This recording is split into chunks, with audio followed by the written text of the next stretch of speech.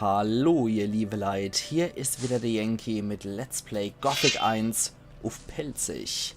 Und jetzt versuchen wir hier wieder ums alte Lager uns zu schmuggeln und nochmal hier die Kreaturen platt zu machen, damit wir wenigstens mit ein bisschen Erfahrungspunkte und mit ein bisschen Stufe ins alte Lager rein können. Okay, ein bisschen weiter zurück, damit die anderen Scavenger-Kumpel nicht zu sehr drauf aussehen, mir zu folgen und sich in das Kampfgeschehen einzumischen. Puh, wäre der andere noch dazu komme, wäre es das definitiv gewesen für mich. Wow, das ist schon bitter am Anfang direkt von solche gammliche Scavenger, die man später mit M-Streich fertig macht, so niedergemacht zu werden.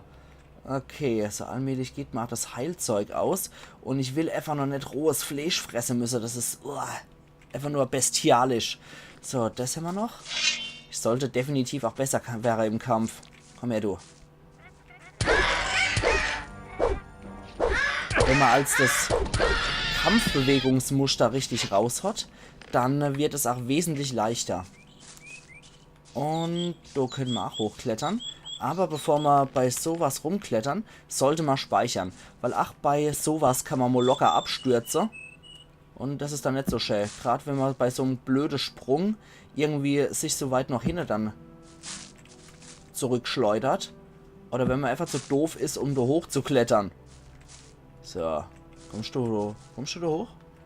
Ja, der Name von dem Gefangenen wird übrigens auch nie wirklich erwähnt. Weswegen ich wohl auch eher tendiere, den einfach mal Ackermann zu nennen. In einem späteren Gothic-Teil, ich glaube im 4. ist das, da kriegt er dann tatsächlich mal einen Namen, aber das ist dann auch eher ein Titel, den er dann da hat.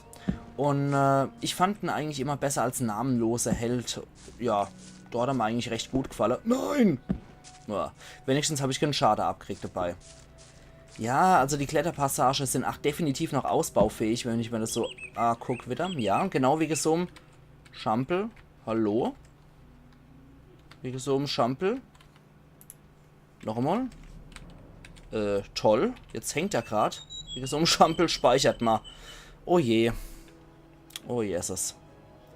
Ich muss mal eben neu starten, glaube ich. Ansonsten, ich komme nämlich über Escape ins Menü rein. Nee, das geht gerade nicht mehr. Großartig. Ich muss dann nochmal muss es nochmal neu starten. Wenn er, Moment, oder kann ich mich irgendwie, nee. Er hat sich festgesetzt. Okay, wir sehen uns gleich wieder, ihr liebe Leute. Do bin ich jetzt wieder. Heieieiei. Das hat jetzt auch wieder ordentlich gedauert. Das war jetzt wieder Mordsgeraffel, bis ich do angekommen bin.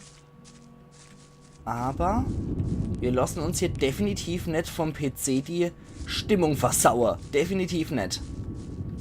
Okay.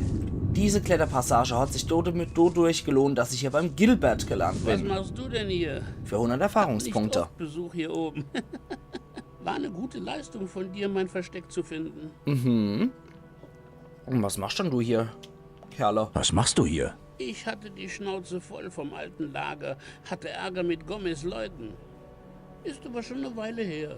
Schätze, jetzt kräht kein Hahn mehr danach. Aber ich bleibe hier. Im alten Lager rennen mir zu viele Schwachköpfe rum. Okay. Ja, dann lebt mal weiter hier in deiner Höhle, glücklich und zufrieden. Aber wenn wir ihm an seine Truhe wollen, sollten wir vielleicht vorher nochmal speichern, dass er uns dann angreift. Okay, Mist von vorne, der Dietrich ist abgebrochen. Das ist auch wieder so eine Sache. Das wird dann immer mit Kombination aus links und rechts gemacht. Rechts, links. Okay, noch einmal. Rechts, links, links muss die Kombi bis dahin lauter. Rechts, links, links, rechts war die Kombination. 10 Erzbrocken gibt es dafür. Bierle, 2 Mokés und gebrotenes Fleisch. Sehr schön. Dafür, dass ich jetzt noch overgekommen bin, habe ich ihm jetzt noch sein Zeug geklaut. Und da kann ich ja wieder runterkraxeln. Das ist aber erheblich brutaler, glaube ich, als hochzukommen. Von daher speichern wir hier mal. Und okay, gerade noch Schwein gehabt. Und wieder Schwein gehabt. Und Doch, du kann er runterrutschen. Und so, einmal mit dem Froschsprung. Puh, sehr gut. Wir sind runtergekommen, ohne dass er sich aufgehängt hat. Das ist doch schon mal was. Das ist doch schon mal so ein erster Erfolg. Nicht schlecht.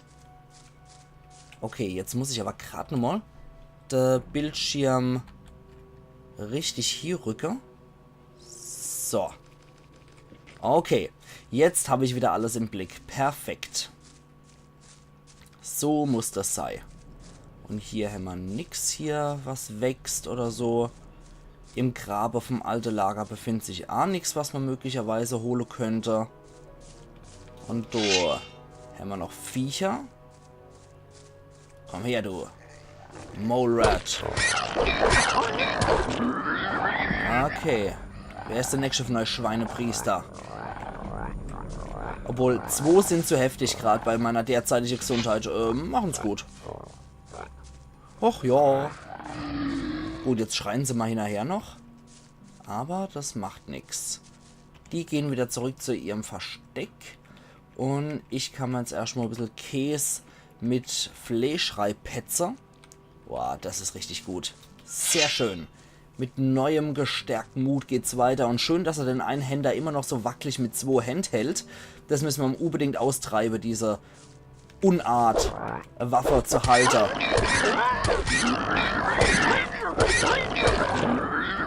Aber ich richte mich, wie gesagt, noch euch. Was ihr Sachen, Sklavenbrot, Höllenpilz. Ja, was ihr Sachen, ob ich mich im alten Lager anschließen soll oder im neuen Lager, beziehungsweise soll ich kampflastig spielen oder soll ich eher auf Magie skillen. Das überlasse ich doch vollkommen euch. Heilkräuter, verwitterte Axt, Nachtschatten und noch ein Äppele. Und dort drüber gibt es noch Höllenpilz und Sklavenbrot. Was ist der Unterschied? Höllenpilz regeneriert 6 und Sklavenbrot 15 Lebensenergie. Nicht verkehrt. Dann esse ich doch mal beide Pilze. Toter Gardist gibt es hier noch. Der hat 10 Erzbrocken. Und er hat sogar noch hier Amulett des toten Gardisten. Der Name Neg ist auf der Rückseite eingraviert. Schutz vor Waffen 5. Wow. Das ist doch mal ein richtig geiles Artefakt. Das holen wir uns doch gleich mal hier. Schutz vor Waffen 5. Das ist ein richtig, richtig gutes Artefakt. Gerade für den Anfang extremst gut. Okay. Wir machen auf jeden Fall einmal die Ehrenrunde ums alte Lager, bevor wir uns überhaupt ins alte Lager trauen. Weil dort geht definitiv der Punk ab im Lager. Deswegen sollte ich doch vorher etwas aufgestufter sein. Ja, mit 40 Erfahrungspunkte geht es auch weiter zum nächsten Level. Ich wollte nämlich gerade gucken, weil mir kam es so vor, als hätte ich eigentlich echt genug gemacht, um wieder Level aufzusteigen. Okay, da ist auch noch ein umgestürzter Turm, der ins alte Lager führt. Aber ich mag einmal halt das Lager umrunden und mag dann den Haupteingang eigentlich verwenden, um da reinzukommen.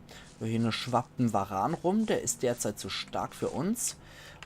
Ich muss gerade nochmal Lucky machen. 23 Erzhämmer. Das ist doch noch etwas zu wenig, um Fähigkeit von einem Jäger zu lernen. Und eine Stufe aufgestiegen. So. Ja, die Lebensenergie, die steigt von sich aus mit den Levels. Das ist durchaus praktisch. Also das müssen wir nicht skillen mit der Lebensenergie. Was ich sehr nützlich finde. So, dann können wir jetzt mal die Scavenger flattern. 2 mal rohes Fleisch, 2 mal rohes Fleisch. 50 rohes Fleisch haben wir insgesamt. Damit lässt sich bestimmt was anfangen. Ach, apropos irgendwas mit anfangen. Wir hatten ja noch was Neues gekriegt. Hier 12. Und die verwitterte Axt, die macht 13 Schadenspunkte, einer mehr und braucht nur 7 Stärke. Also das ist durchaus auch die bessere Waffe. Seraphis und Seraphis. Nein, Varan, ich will dir nix. Du bist zu stark für mich. Das ist auf jeden Fall so. Das kann ich jetzt schon sagen. Fackel. Schüssel. Bier. Orkblatt. Perfekt. Nehmen wir alles. Und dann gehen wir hier noch an die Truhe dran. Aber vorher auf jeden Fall immer speichern. So. Na, da muss ich auch gedrückt halten. Ah, die kann ich einfach so knacken.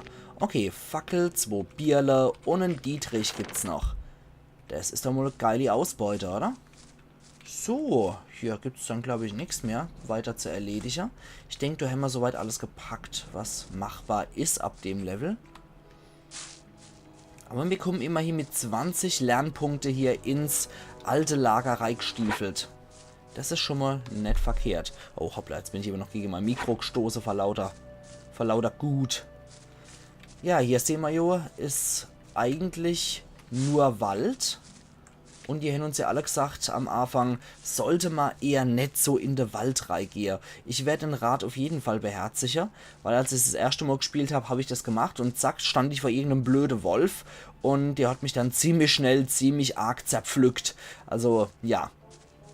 Wölfe sind für den Anfang definitiv pfui-bar, da macht man sich nicht dran, die sind viel zu stark, die Biester. Noch übler ist es, wenn man aus Versehen einem Schattenläufer begegnet, das sind welche von der härtesten Tiere, die es in der ganzen Gothic-Reihe gibt. Insofern Schattenläufer pfui-bar, genauso wie Varane derzeit, und damit sollte man sich wirklich nicht anlegen am Anfang.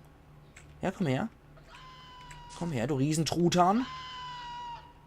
Ich will dein Fleisch. Komm her, du. Ja, ein bisschen weiter weg, dass es der andere Scavenger nicht gleich mitkriegt. Oh, das lief doch relativ gut von der Hand jetzt. Und jetzt locken wir den anderen Hansel auch noch an. Oh, scheiße, da ist ein Varan noch mit dabei. Neben dem Varan sollten wir uns nicht anlegen. Die gibt's für 100 Erfahrungspunkte. Deswegen, die sind nicht gerade billig zu haben, die Viecher. Und Varane sind ziemlich starke Kreaturen hier, gerade für den Anfang. Aber ich kann auch mal speichern, um euch das mal zu zeigen. Da wären wir definitiv nicht glücklich bei so einem Wesen, das kann ich euch jetzt schon sagen. Komm her, wir reizen ihn mal ein bisschen. Varan. Komm her, komm her. Und der lässt sich nur zweimal reizen. Ja, und er lässt mich auch nur zweimal treffen und dann war's das mit mir. Also von daher Varan, nö. Die bringen 100 Erfahrungspunkte ein, während Wölfe, glaube ich, 120 Erfahrungspunkte bringen. So, komm her, du. Scavenger. Scavenger. Ja, ja, komm her. Du riese Huhn. Und? Ja, komm. Komm. Oh je. Der andere Varan, da steht einfach nur still und lauert hier. So, jetzt lassen wir das Vieh erstmal herkommen. Ein bisschen weiter nach hinten. Ich will nicht unbedingt, dass die Varane mich gleich am Anfang zerfetzen. Dafür bin ich definitiv noch nicht stark genug für sowas. Der fühlt sich schon bedroht. Das ist nicht so besonders gut. Ihr habt ja gesehen, was passiert ist, als ich das Vieh gereizt habe. So, da ist nichts mehr. Aber da vorne ist ein Scavenger. Mit den Viecher kann ich mich auf jeden Fall anlecken. Die sind nicht besonders stark.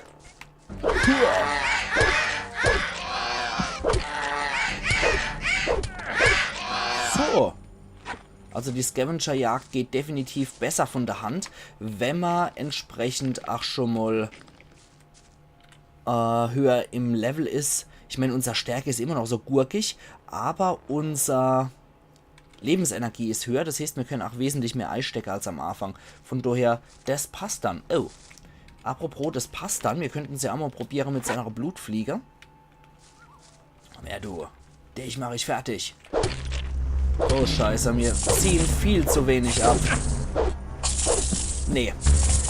Alle könnte ich es aber schon hinkriegen. Zwei waren etwas zu gemein, aber Annie könnte ich hinkriegen. Schau mal gerade mal. So, die locken wir jetzt gerade mal von der Neve an, die Blutfliege. Komm her, du. Wenn nur Annie gereizt ist, könnte man das hinkriegen. Komm her. Komm her, du. Ach ja. Ja, wenn man hier auf die Jagd ist, sollte man am Anfang definitiv wissen, wozu man fähig ist. Ah, scheiße. Und was für Biester man erlegen kann. Na gut, die könnte ich jetzt trotzdem mal probieren. Aber ich sollte wohl eher noch mal... Hoppla. So.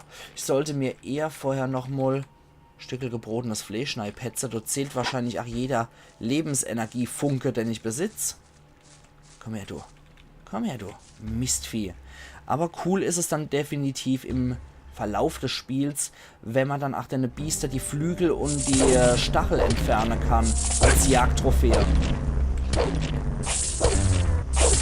Jawohl. Das war doch gar nicht mal so schlecht. Ja, die Flügel kann ich auch schon so nehmen. Aber die Stachel sind sehr coole Tauschobjekte, für die man viel kriegt. So, noch 2 Höllepilze nein schwarte. Da könnte ich mal sogar überlegen, nicht die andere Blutfliege sogar noch zu attackieren.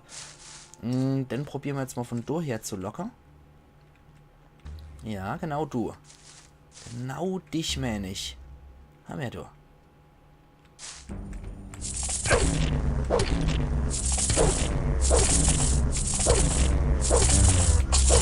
Okay. Das lief gut. Nur einmal erwischt. Und dann nochmal ein bisschen was essen. So mein letzter Käse. Und noch ein Sklavebrot hinterher. Und dann noch mal speichern. Und die Waffe zücken. Und komm her, du letzter Freako.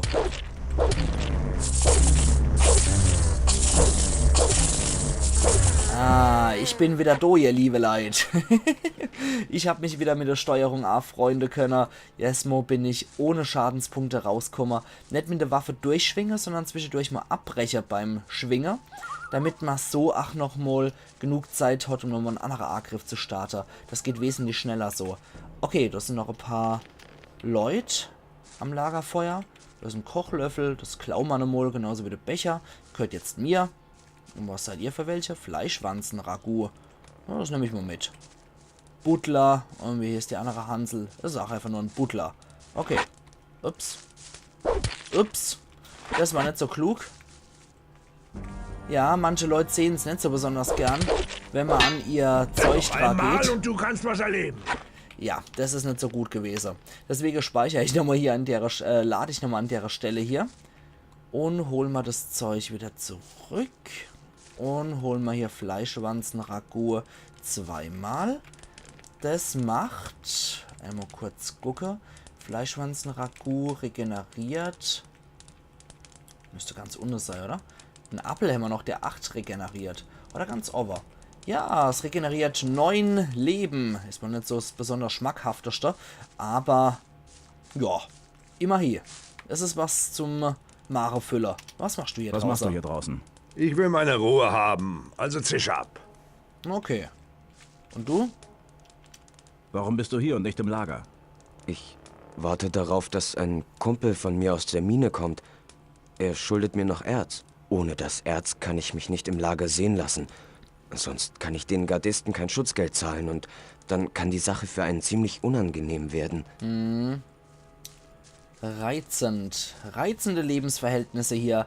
Dann gehen wir doch gleich mal hier rein ins alte Lager. Und vorher holen wir uns noch hier den Seraphis ab. Und hier bei der Brücke war doch eventuell noch irgendwelches Zeug. Jawohl. Waldbeere. Und hier war nichts mehr. So, jetzt könnten wir eigentlich die Fackel gut gebrauchen. Aber da ich jetzt ins alte Lager gehe, was sowieso erleuchtet ist, brauche ich das jetzt tatsächlich nicht mehr. Aber ansonsten, wenn ich jetzt draußen unterwegs wäre, wäre eine Fackel nicht verkehrt. So. Wo soll's denn hingehen? Na, Ich will ins Lager. Du bist doch nicht hergekommen, um Ärger zu machen, oder? Sehe ich so aus? Diego hat gesagt, ich soll ihn im Lager treffen. Ich bin nur ein bisschen umsehen, klar. Ich hatte mir vorgenommen, das ganze Lager auseinanderzunehmen. Diego hat gesagt, ich soll ihn im Lager treffen. Gut, so kannst reingehen. Okay, du reichst anscheinend nur, wenn man irgendeinen Namen nennt, der von Bedeutung ist. Ist irgendwas Neues passiert? Irgendwas Neues passiert? Nein, alles wie immer. Okay. Ja, jetzt haben sie da hinten auch die Lichter angemacht, wenn ihr das gesehen habt. Im Hintergrund konnten wir das sehen, wie eine Fackel entzündet wurde. Was machst du dann hier? Was machst du hier? Ich passe auf, dass hier keiner reinkommt, der von Gomez nicht erwünscht ist. Also mach keinen Ärger, wenn du drin bist, sonst bist du das letzte Mal hier gewesen. Alla hopp. Warum auch nicht? So. Man muss ja auch erwähnen, dass das allesamt früher keine Gardisten, sondern auch einfach nur Minearbeiter waren. Okay, das sind die Standardsätze, die so ein Gammelgardist hat. Jo, jetzt stehen wir dann hier. Am alte Lager. Entschuldigung.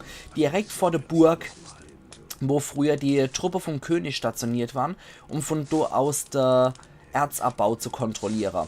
Und ich würde sagen, das ist doch perfekt, um hier meinen Cut zu machen. Also machen's gute, liebe Leute, bis morgen dann wieder zu einer neuen Folge Let's Play Gothic 1 auf Pilzig. Ayan Yankee. Besonders schlau.